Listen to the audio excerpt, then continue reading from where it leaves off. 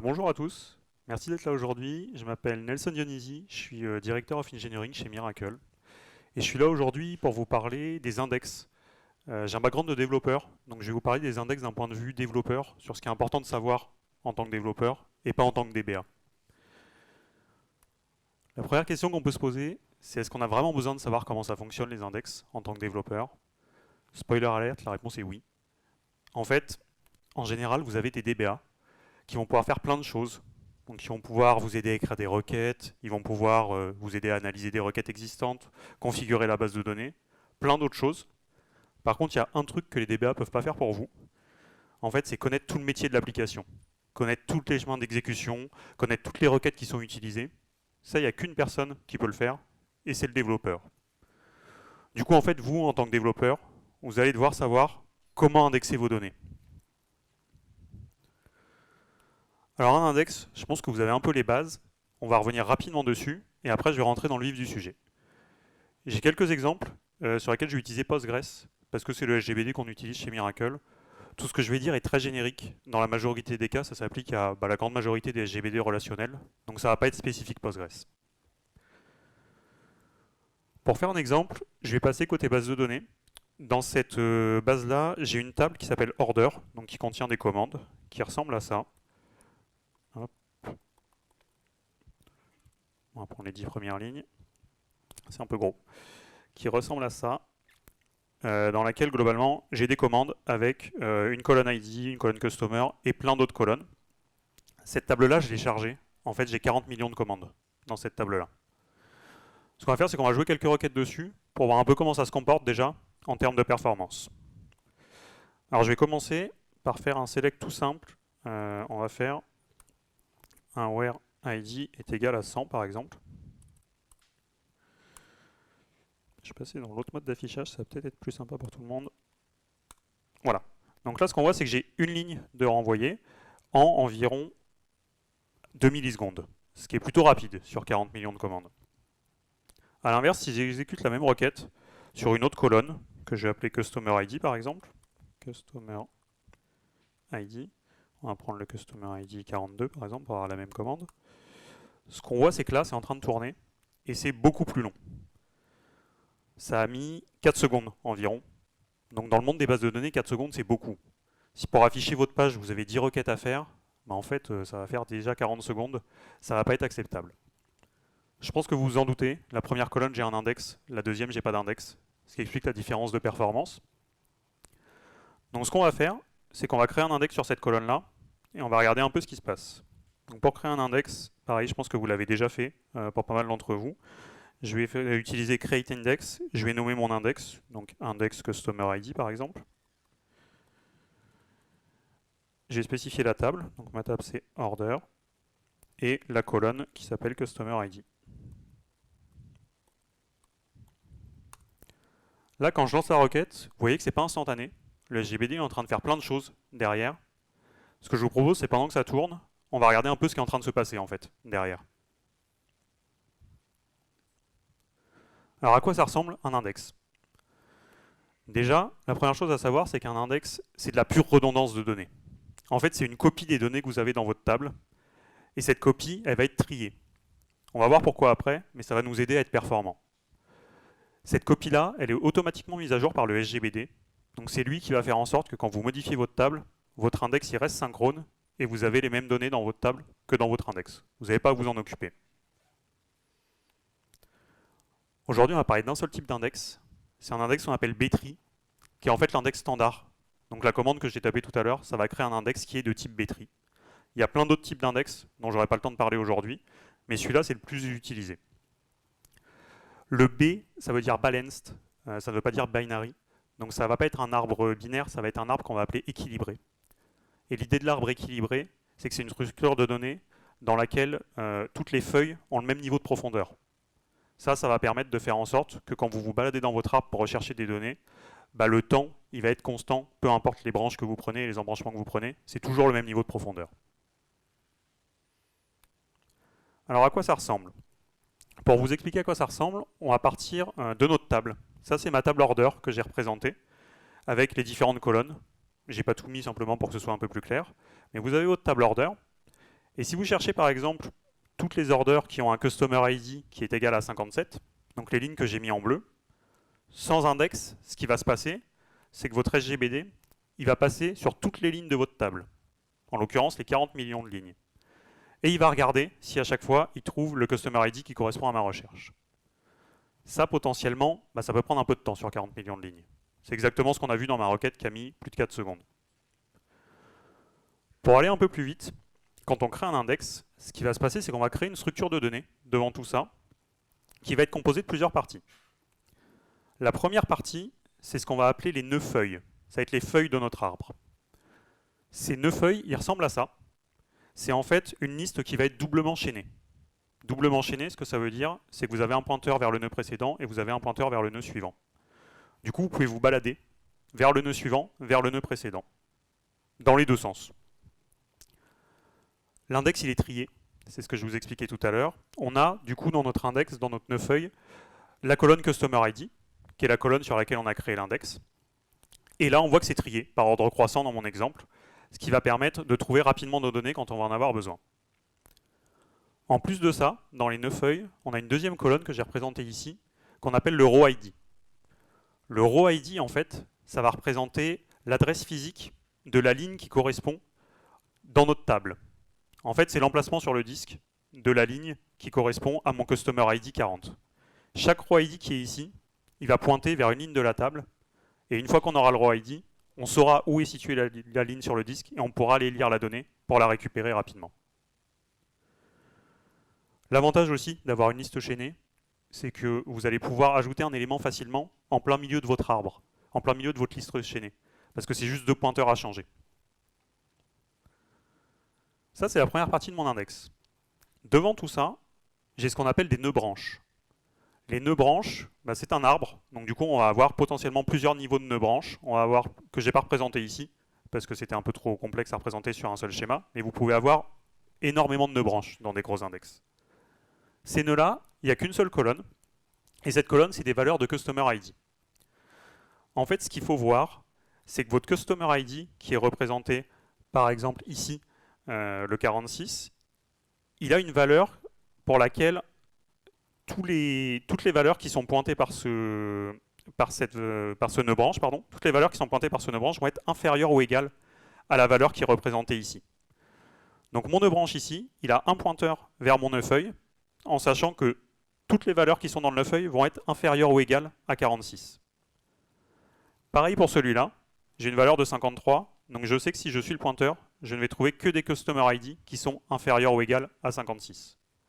Et vous allez voir après pourquoi c'est fait comme ça, mais ça va nous permettre de rapidement retrouver nos valeurs. Pour finir, on a un nœud racine. Le nœud racine, c'est exactement la même chose qu'un nœud branche, la seule différence que c'est le premier, c'est votre point d'entrée dans l'arbre, il n'y en a qu'un seul. C'est mon nœud racine. Mais c'est exactement le même principe. Par exemple, la valeur 83 ici va dire que si je suis le pointeur, je ne vais tomber que sur les deux branches qui ont des valeurs inférieures ou égales à 83. Comment on se balade dans cet index du coup? Si on fait exactement la même recherche, donc Customer ID est égal à 57, en fait ce qui va se passer, c'est qu'on va faire un parcours qui ressemble à ça. On va commencer par le nœud racine, donc on va prendre la première valeur, on arrive à 39, nous on cherche une valeur de 57 pour mon Customer ID. 39 c'est plus petit que 57, donc je vais passer à la ligne suivante. Je vais arriver sur 83. 83 c'est plus grand ou égal à 57, du coup je sais que c'est ce pointeur là qu'il va falloir que je suive. Et je vais aller suivre ce pointeur là pour tomber sur le nœud branche qui est situé ici. Je vais recommencer la même étape. 46 c'est une valeur trop petite, 53 c'est une valeur trop petite, 57 on est bon, c'est supérieur ou égal, donc je vais pouvoir suivre ce pointeur. Je fais ça jusqu'à temps d'arriver sur mon nœud feuille. Au moment où j'arrive sur mon nœud feuille, je fais exactement la même opération. Je tombe sur 55, qui est une valeur qui va être trop petite. Je descends, je tombe sur 57, c'est la valeur que je cherche, ça tombe bien. Je descends voir s'il y a un autre 57 derrière. Il y en a un autre, je le sélectionne. Et je vais voir en dessous, j'arrive à 62. Et comme je vois qu'en fait, mon index il est trié, je sais que je peux m'arrêter. Je n'aurai pas d'autre endroit où j'aurai un 57, puisque je viens de passer sur tous les 57. En fait, ce parcours d'arbre-là, en termes de complexité, il va être beaucoup plus efficace que de scanner toute la table. Pour ceux à qui ça parle, les notations en termes de complexité, c'est une complexité en O de log de n, de parcourir cet arbre. Je ne sais pas si vous voyez à quoi ressemble une courbe de logarithme en maths, ça ressemble un peu à ça. En gros, ça démarre très vite et après ça stagne très rapidement. Et en fait, ce que ça veut dire, c'est que si vous avez énormément de données dans votre index, bah, le fait que cette courbe stagne, ça va faire que la complexité ne va pas augmenter énormément. Donc vous pouvez ajouter plein de données dans votre index, vous allez toujours être capable d'aller lire les données assez rapidement et d'aller trouver les données que vous cherchez assez rapidement. A l'inverse, sans index, la complexité c'est du O de n. Ça veut dire que c'est linéaire. Si votre table devient 2 fois plus grosse, vous allez mettre 2 fois plus de temps à trouver vos données. Tout le bloc qui est là, que j'ai encadré en rouge, c'est ça qu'on appelle l'index. C'est vraiment toute la structure de données qui va se placer devant la table. On ne peut pas trop parler d'index sans parler d'une notion qui s'appelle le plan d'exécution, qui est assez importante en base de données. Alors le plan d'exécution, en fait, ce que ça va vous dire comment le SGBD va exécuter la requête. Ça va vous dire s'il est passé par un index, comment il a fait ses jointures, comment il a fait ses order by. C'est vraiment le cheminement de la requête dans le SGBD. Pour l'obtenir, il y a un mot-clé qui s'appelle explain. En fait, vous avez juste à préfixer votre requête par explain et ça va vous sortir le plan d'exécution de la requête. Optionnellement, vous pouvez ajouter le mot-clé analyze qui, en plus de vous afficher le plan d'exécution, va réellement exécuter la requête. Ça vous permet d'avoir un peu plus d'informations dans le plan d'exécution. Par contre, faites attention, ça exécute vraiment la requête, ce qui veut dire que si vous le faites sur une requête d'update par exemple, ça va exécuter l'update. Donc évitez de le faire sur les prods, parce que vous allez avoir des soucis. Alors à quoi ça ressemble, le plan d'exécution? On va retourner côté base de données. Le premier truc qu'on voit, c'est que notre index il a été créé, déjà, en quasiment 22 secondes, l'index que j'ai créé tout à l'heure. Donc le SGBD a mis 22 secondes pour construire toute la structure de données que je vous ai présentée juste avant. Pour s'assurer que ça fonctionne bien, on peut repasser la même requête que tout à l'heure, qui pour rappel était passée en 4 secondes à peu près. Si je l'exécute maintenant, on voit qu'elle passe en 2 millisecondes, donc quasi instantané. Tout ça grâce à l'index. Pour être sûr que c'est bien l'index qui a été utilisé, on va quand même afficher le plan d'exécution. Donc pour faire ça, je reprends exactement la même requête et je rajoute le mot-clé explain devant. Là, le SGBD me sort le plan d'exécution, ce qu'il appelle le query plan. Et en fait, ce qu'on voit, c'est qu'il a fait ce qu'on appelle un index scan sur mon index, on retrouve le nom que j'ai mis tout à l'heure, sur la table order. Et on voit qu'il a filtré sur l'index pour les customer ID qui sont égales à 42, ce qui correspond bien à market. Si je fais exactement la même chose sur une requête sur une colonne qui n'est pas indexée. Alors j'avais une colonne qui s'appelait seller ID, sur laquelle j'ai pas encore d'index. On va mettre par exemple 666. On voit que le plan d'exécution, il est un petit peu différent. Ce qu'on voit là, c'est qu'on a un sec scan, qui veut dire sequential scan, sur la table order, avec un filtre sur la colonne seller ID 666. En fait, dans le plan d'exécution, vous avez certains mots-clés qui sont importants de comprendre. Il y a 2 opérations principales pour les select. La première, ça va être le sequential scan. Donc c'est le mot-clé sec scan qu'on a vu dans mon deuxième plan d'exécution.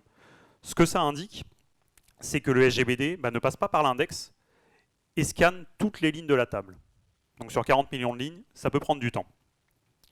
A l'inverse, vous avez le mot-clé index scan qui va vous indiquer que cette fois l'index a bien été utilisé et du coup, en théorie, vous allez être plus performant.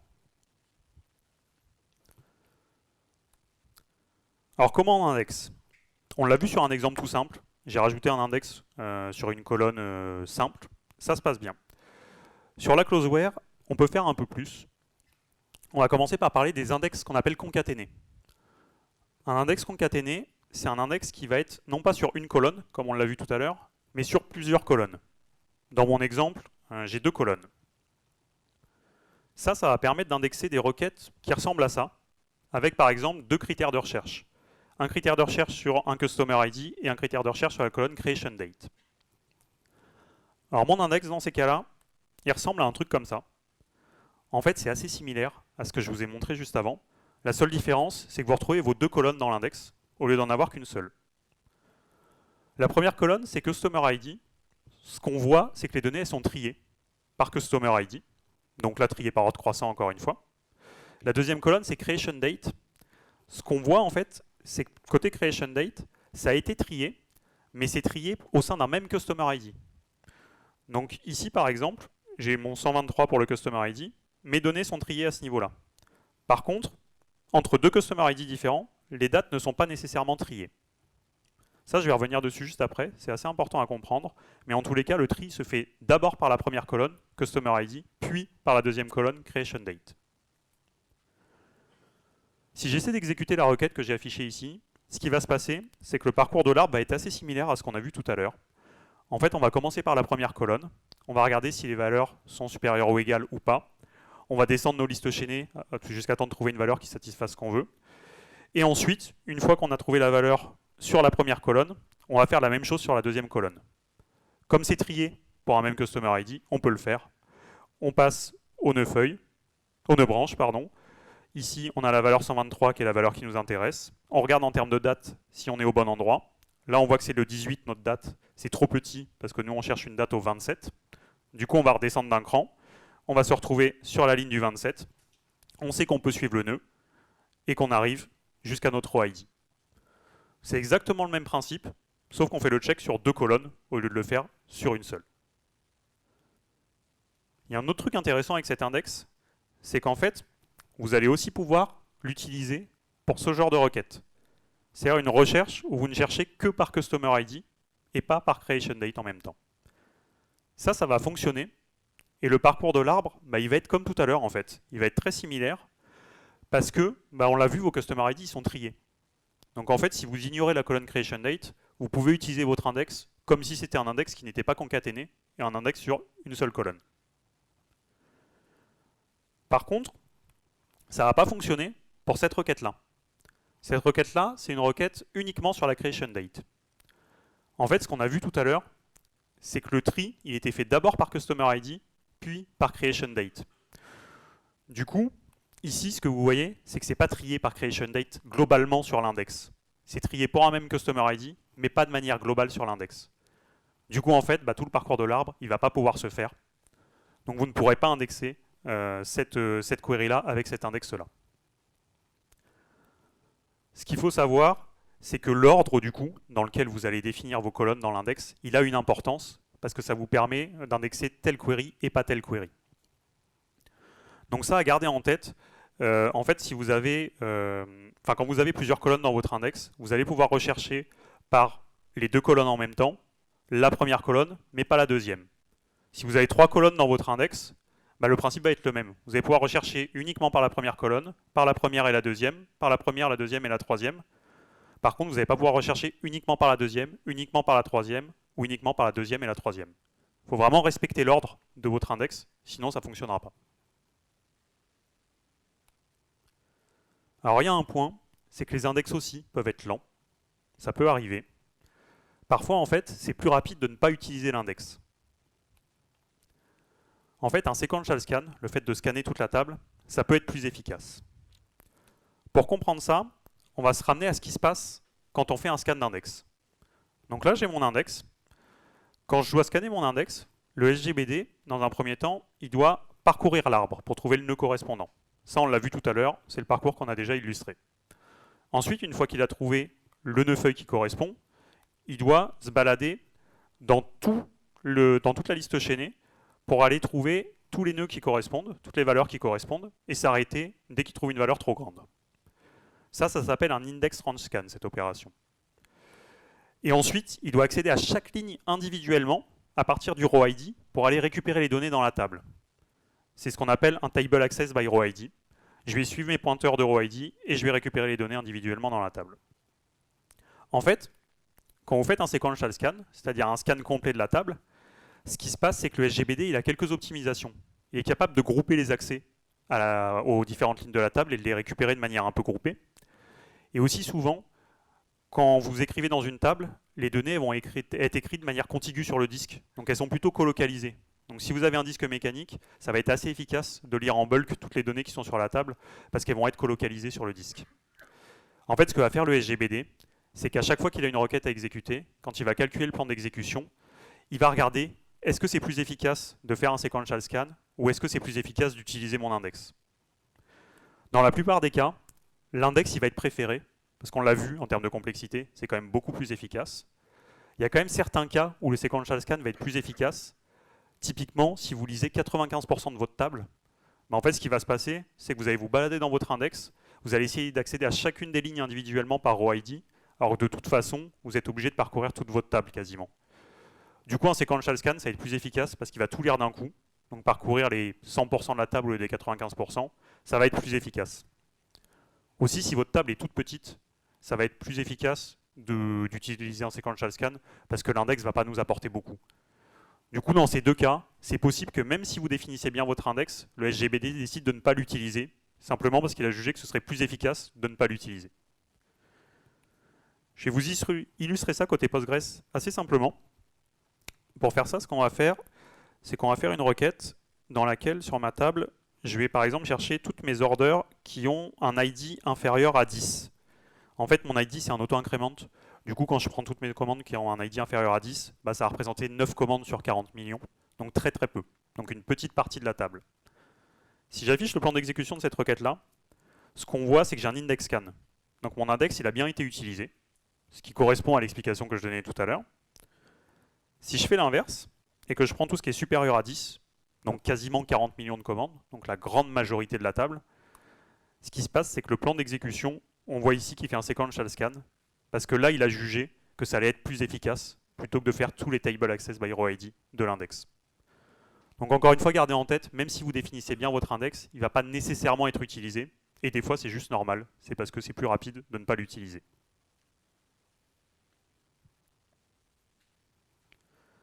Alors il y a une notion qui est importante, c'est la notion d'index range scan. J'en ai parlé tout à l'heure, je vais revenir dessus un peu plus en détail. Admettons qu'on ait une requête qui ressemble à ça. Donc je cherche par customer ID qui est égal à 8 et sur un intervalle de date. En fait, vous pouvez indexer ça de deux façons différentes. Vous pouvez avoir un index pour lequel vous allez d'abord indexer par date de création, puis par customer ID. Vous pouvez avoir un autre index où vous allez indexer d'abord par customer ID, puis par date de création. Ça fonctionne. Dans les deux cas, votre index va être utilisé. Par contre, il y en a un qui va être meilleur que l'autre. Pour comprendre pourquoi, il faut qu'on se représente ces deux index. Il y en a un qui va ressembler à ça.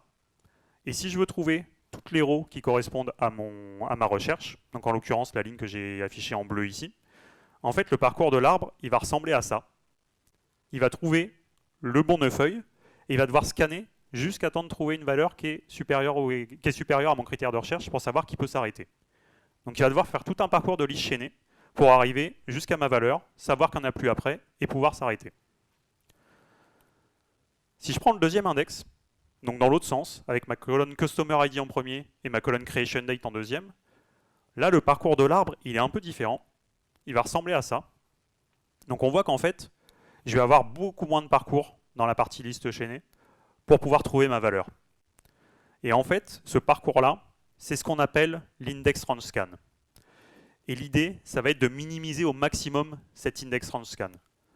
Dans mon premier index, il est grand. Du coup, en termes de performance, ça va marcher, ça va utiliser mon index, mais ça va être moins efficace que mon deuxième index.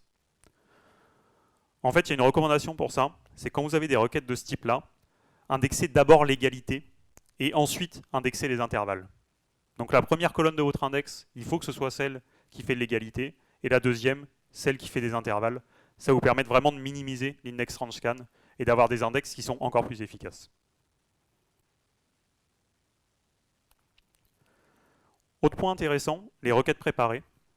Ça ressemble à ça, une requête préparée, un prepared statement. En fait, le principe, c'est que vous allez avoir une requête avec des placeholders à la place des paramètres, et vous allez exécuter cette requête en deux temps.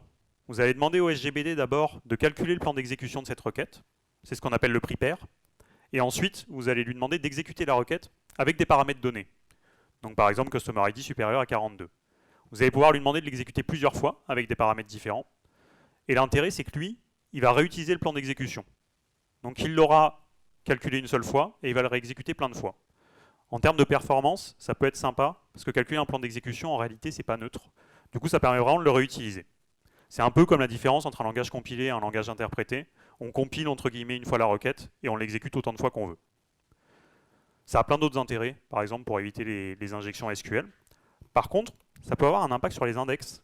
Il y a certains cas où ça peut vous ralentir les requêtes. Parce qu'en fait, au moment où il calcule le plan d'exécution, il n'a pas encore la valeur des paramètres, vu que j'ai un placeholder à la place. Du coup, il est incapable d'estimer le coût de l'index scan range. Puisqu'il ne va pas savoir, par exemple, si je fais inférieur à 10, qui dans mon cas scanner une toute petite partie de la table, ou inférieur à 40 millions, qui dans mon cas va scanner toute la table.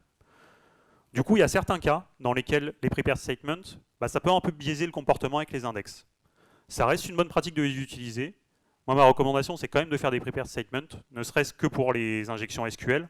Par contre, il faut savoir que ça peut un peu biaiser le comportement dans certains cas. Quelques trucs à avoir en tête aussi. Essayez de ne pas obfusquer votre filtre. Ce que je veux dire par là, c'est qu'une requête comme ça, elle ne va pas utiliser votre index si vous indexez par ID. Si vous faites where ID plus 10 est supérieur à une valeur, par exemple, en réalité, ce que vous avez indexé, vous, c'est ID. C'est pas ID plus 10. Du coup, les valeurs qui sont dans votre nœud, c'est des valeurs d'ID, pas d'ID plus 10, et votre SGBD ne va pas pouvoir utiliser l'index. À la place, vaut mieux retourner la requête, comme ça, en cherchant sur votre ID, qui va être supérieur à une valeur moins 10. Parce que ça, le SGBD, la valeur moins 10, il va pouvoir le calculer une fois. Et il va pouvoir la comparer à ce qu'il y a dans votre index, qui est exactement la colonne ID. Vous avez exactement le même problème si vous faites du cast, par exemple, dans vos requêtes. Évitez de caster directement sur vos colonnes. À l'inverse, castez plutôt de l'autre côté, côté paramètres, parce que ça va vous permettre, pareil au SGBD, de faire le cast une fois, et après de comparer à vraiment ce que vous avez d'indexé. Pour résoudre ces problèmes-là, il y a aussi des notions d'index fonctionnel qui peuvent aider. Mais en tous les cas, tant qu'il y a des workarounds simples comme ça, vaut mieux privilégier ces workarounds. On a déjà fait une bonne partie sur comment on indexe les closeware. Il y a plein d'autres choses à dire sur les index, notamment comment on indexe les joins. Alors pour faire des joins, déjà, le SGBD, il a plusieurs algos à sa disposition. Donc là, j'ai pris une requête toute simple où on a une commande dans notre table order qu'on joint avec la table order line, avec une EFK entre order et order line. Donc un join assez classique et une closeware. On prend que les commandes pour les customer ID 55. En fait, il a 3 algos à sa disposition, j'ai listé ici le SGBD, et il va choisir le plus efficace. Ils ont un point commun, ces algos-là, c'est qu'ils ne joignent que 2 tables à la fois. Donc si vous avez 3 tables dans votre requête, en fait, ils vont d'abord joindre les 2 premières tables. Une fois qu'ils ont joint les 2 premières tables, ils vont joindre le résultat de la première jointure avec la dernière table. Alors, on va commencer par voir l'algo de Nested Loop Joins, comment il fonctionne. Donc cet algo-là, en fait, vous allez le retrouver dans le plan d'exécution avec le mot-clé Nested Loop. Donc si vous voyez Nested Loop dans le plan d'exécution, c'est que le SGBD a choisi cet algo-là. Comment est-ce qu'on peut indexer cet algo-là pour être plus efficace? En fait, on va regarder à quoi ça ressemble. On a notre table order ici, on a notre table order line à côté. Donc la clé de jointure côté order, c'est la colonne ID, la clé de jointure côté order line, c'est la colonne order ID. En fait, quand vous demandez au SGBD d'exécuter cette requête, ce qu'il va faire, c'est qu'il va commencer par scanner la table order. Il va regarder si la première ligne correspond au critère de recherche, customer ID égale 55. Là, c'est le cas. Du coup, ce qu'il va faire, c'est qu'il va générer l'équivalent d'un select vers la table order line pour récupérer l'order line qui a un order ID qui est égal à 11. À partir du moment où il a les résultats qui sont récupérés, il a fait une partie de sa jointure, il a joint les 2 tables pour cette ligne-là. Une fois que ça c'est fait, il passe à la ligne suivante. Il se rend compte que la ligne suivante ne matche pas le critère de recherche, du coup, il l'ignore. Il passe à la ligne suivante, il se rend compte que ça matche le critère de recherche, du coup, il va faire exactement la même chose. Une autre requête pour récupérer les infos côté order line. Ça, du coup, c'est quelque chose qui va être indexable pour accélérer. En fait, vous pouvez créer 2 index pour indexer ça. Le premier index, sur la table order, la colonne customer ID. C'est comme vous voyez, on a scanné la table pour trouver toutes les orders qui avaient le customer ID 55. Donc ça, c'est un index classique qu'on a vu tout à l'heure sur la closeware pour être plus efficace. En plus de ça, ce qu'on voit, c'est qu'il y a plein de selects qui sont générés sur la table order line en filtrant par order ID. Du coup, vous pouvez aussi créer un index sur la colonne order ID dans la table order line et ça va accélérer votre jointure. L'avantage de cet algo-là, c'est qu'il est assez efficace si la requête initiale renvoie peu de résultats. La requête initiale, c'est la requête sur la table order. Donc si j'ai peu de lignes avec un customer ID de 55, ça va être assez efficace de faire quelques selects pour aller récupérer les infos. Et surtout, vous allez pouvoir renvoyer les données au fur et à mesure, parce que dès que vous avez fait un select, vous pouvez renvoyer la donnée. Votre jointure, elle est faite pour cette ligne-là. C'est un usage assez faible en mémoire du coup. L'inconvénient, bah, je pense que vous en doutez un peu, c'est que quand la query initiale renvoie beaucoup de résultats, donc si je renvoie un paquet de données côté order, en fait, bah, ça va générer énormément de select, et du coup, ça va pas être super efficace. Du coup, le SGBD, en fait, il a un autre algo à sa disposition, qui s'appelle le hashjoin. Le hashjoin, il fonctionne un peu différemment. Vous pouvez le retrouver dans le plan d'exécution avec le mot-clé hashjoin. Et celui-là, pour l'indexer, pareil, on va essayer de comprendre un peu comment il fonctionne. Donc je reprends mon exemple avec mes deux tables. Ce qui va se passer quand il va exécuter cette requête, c'est que le SGBD va faire la même chose que tout à l'heure.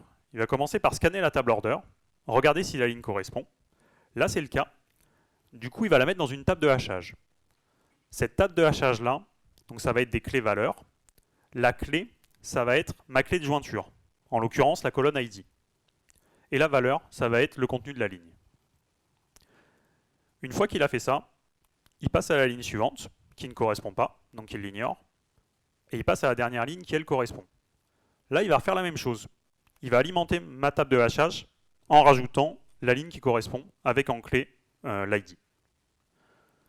Ça, c'est la première étape. Et ensuite, il va faire exactement la même chose sur la table order line. Il va construire une table de hachage avec comme clé la clé de jointure côté order line cette fois, donc la colonne order ID. Et en fait, une fois que ce boulot-là il est fait, la jointure elle est quasi finie.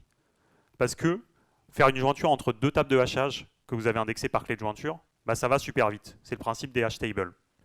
Du coup, il va juste avoir à faire la correspondance. Et une fois que la correspondance est faite, votre jointure est terminée et il peut renvoyer les résultats. Ça, pour l'indexer, vous allez pouvoir l'indexer de la façon suivante, en créant un index sur la table order, sur la colonne Customer ID. En fait, vous pouvez le faire parce que, comme on a vu, on scanne la table order pour trouver toutes les orders qui ont le Customer ID 55. Par contre, ça ne sert strictement à rien de créer un index côté order line sur la colonne order ID, sur ma clé de jointure, tout simplement parce qu'il ne va pas être utilisé. On l'a vu, en fait, pour construire la table de hachage, on est obligé de parcourir toute la table order line.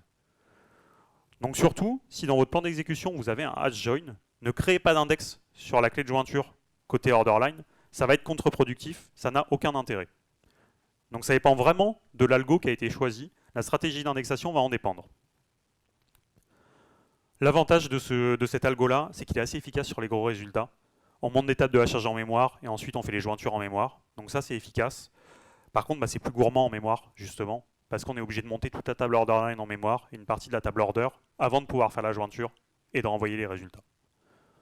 Donc en fait, le SGBD, il va choisir. Il va regarder si c'est plus intéressant d'utiliser un hash join, d'utiliser un nested loop join. Il va calculer les coûts de chacun et il va prendre celui qui lui paraît le plus efficace. Je ne vous parle pas du dernier algo, il y en avait un troisième, il est moins utilisé par les SGBD et il est souvent moins utilisé. Par contre, si vous le voyez dans les plans d'exécution, il faut se poser la question de comment il fonctionne et de comment l'indexer pour ne pas créer des index qui vont être inutiles.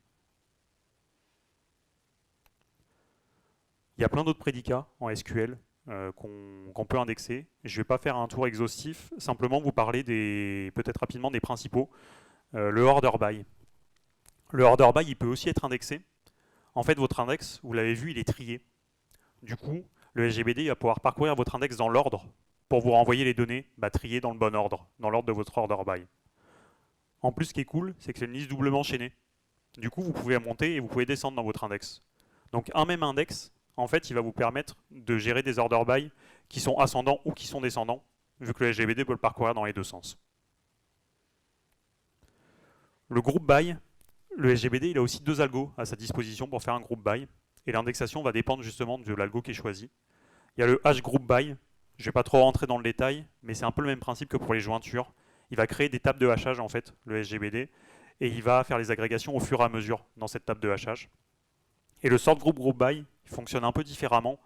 En fait, ce qu'il fait, c'est qu'il commence par trier la donnée par la clé de groupage, et ensuite, une fois que la donnée est groupée et est triée, c'est assez rapide de faire les agrégations, parce que vous pouvez les faire dans l'ordre. Vous savez que toutes vos données sont regroupées au même endroit pour une même clé de groupage.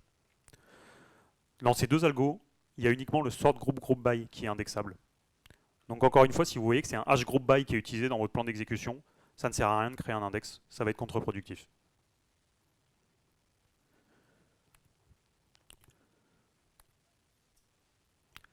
Alors on a parlé un peu de la partie modification de données. On a parlé de select depuis tout à l'heure. J'ai aussi dit que les index pouvaient être contre-productifs, et on va voir tout de suite pourquoi, sur la partie modification des données, donc tout ce qui va être insert, update, delete. En fait, on l'a vu, un index c'est de la pure redondance. Du coup, le SGBD il doit tout le temps maintenir à jour avec la table. Quand vous avez des modifications dans la table, il doit aussi faire les modifications directement dans l'index. L'index, du coup, en fait, ça va vous détériorer les performances des inserts, des updates et des deletes. Vous accélérez les selects, par contre, vous ralentissez ça. Le cas du insert, dans un insert, il n'y a pas de close where. Du coup, votre index, il va vraiment servir strictement à rien pour votre insert. Il va même détériorer les performances parce que vous faites votre insert dans la table, il faut aussi le faire dans l'index. L'update, c'est un peu différent. Dans l'update, vous pouvez avoir une close where, potentiellement. Du coup, si vous avez un index, potentiellement, il va pouvoir accélérer l'update dans le sens où le SGBD va pouvoir utiliser votre index pour trouver les lignes à mettre à jour. Par contre, une fois qu'il a trouvé les lignes à mettre à jour, l'opération de mise à jour en elle-même, elle va être ralentie, puisque vous allez devoir mettre à jour la table et l'index en plus. En fait, plus vous mettez à jour de colonnes qui sont indexées, plus la mise à jour va être lente. Le delete, c'est du même ordre d'idée. Vous pouvez avoir une close where dans le delete. Du coup, l'index va pouvoir être utile pour trouver rapidement les lignes à supprimer. Par contre, au moment où vous avez supprimé la ligne, il va falloir en plus la supprimer dans l'index, en plus de la table. Si vous utilisez Postgres, l'implémentation du modèle MVCC en Postgres fait qu'en fait, c'est pas beaucoup plus coûteux de supprimer une ligne qui est indexée, parce qu'en réalité, vous ne supprimez pas la ligne physiquement sur le disque avec Postgres quand vous supprimez une ligne. Ce qui se passe, c'est que vous la flaguez comme à supprimer. Enfin, comme supprimer, c'est une suppression logique. Donc vous faites pareil dans l'index, du coup s'il y a un index. Et ensuite c'est un job de vacuum qui va faire le ménage et qui lui va vraiment nettoyer les lignes. Donc ça dépend un peu des SGBD, mais en tous les cas ce qu'il faut retenir, c'est que dans la grande majorité des cas, votre index peut vous faire gagner du temps en lecture, par contre il va vous en faire perdre en écriture. Du coup en termes de recommandations, surtout ne surindexez pas. Ne créez pas des index par défaut s'il n'y a pas de besoin. Ne créez pas des index sans trop savoir s'ils vont être utilisés ou pas. Testez tout le temps s'ils sont utilisés et s'ils ont un sens. Sinon, vos inserts, vos updates, vos deletes, ils vont être ralentis. Un autre inconvénient, c'est comme c'est une copie des données, l'index, ça prend de la place sur le disque. Donc plus vous avez d'index, plus ça prend de place. Il y a 2-3 trucs à avoir en tête qui peuvent permettre de mitiger un peu ça. Vous avez la notion d'index partiel, qui vous permettent en fait de créer des index, mais que sur un subset des données. Dans mon exemple, en fait, je vais indexer uniquement les données pour lesquelles le country est égal à fr. Ça va vous permettre de créer des index potentiellement plus petits. Ça a du sens si derrière vous avez un besoin métier qui correspond à ça. Par exemple, si vous pouvez rechercher que sur les customers, dans mon exemple, qui sont en France, là ça peut avoir du sens de créer un index partiel. Si vous recherchez sur tous les customers, vous allez être bon pour créer un index pas partiel. Donc l'index est plus petit, du coup, si vous le faites comme ça, et suivant la répartition de vos données, ça peut vous faire gagner en efficacité et en espace disque. Quoi d'autre? Il y a encore plein de choses à dire sur les index. Juste quelques petits points. Il y a d'autres types d'index. Je me suis beaucoup concentré sur le B-tree aujourd'hui, parce que c'est le plus classique, le plus utilisé en général. Il y a d'autres types d'index, comme les index GIN, les index GIST, et plein d'autres index qui permettent d'indexer d'autres types de recherches. Donc des recherches sur du JSON, par exemple, des recherches dans des tableaux, des recherches en mode full text search. Ça dépend un peu, de vos use cases. Les docs sont en général assez bien faites, les docs des SGBD là-dessus, donc n'hésitez pas à aller faire un petit tour pour découvrir un peu les autres index autres que le B-tree. Au-delà de ça, vous pouvez aussi créer des index d'unicité, juste pour info.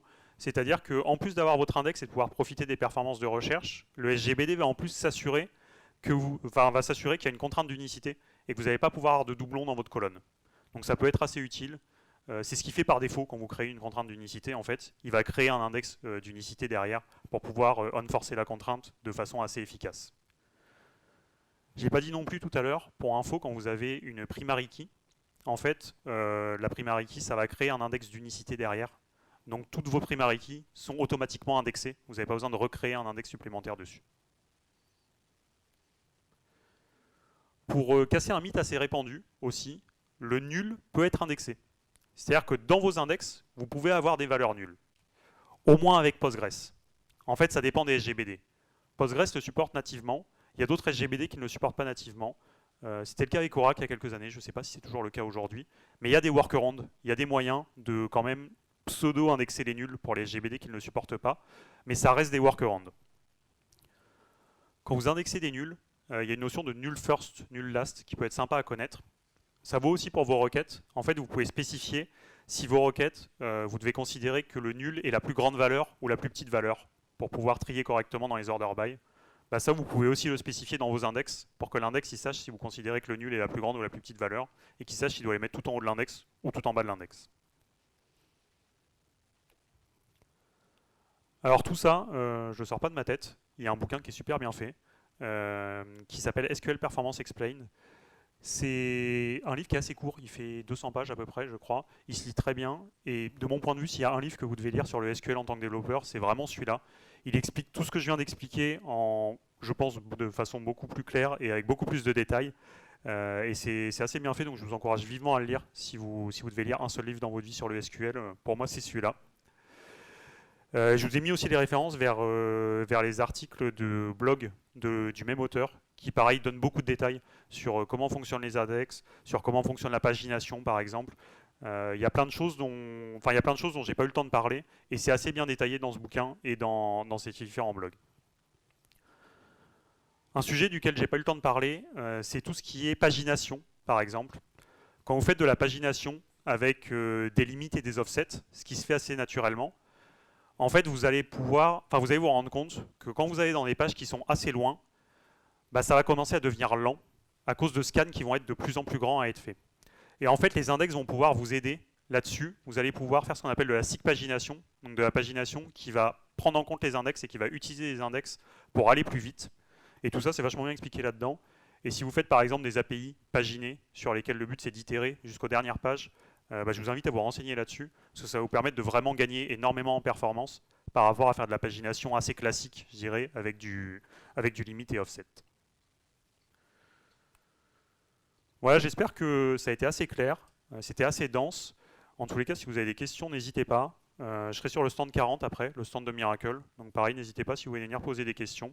Et comme toutes les boîtes, on recrute. Donc pareil, si ça vous intéresse, vous avez le lien. Merci beaucoup.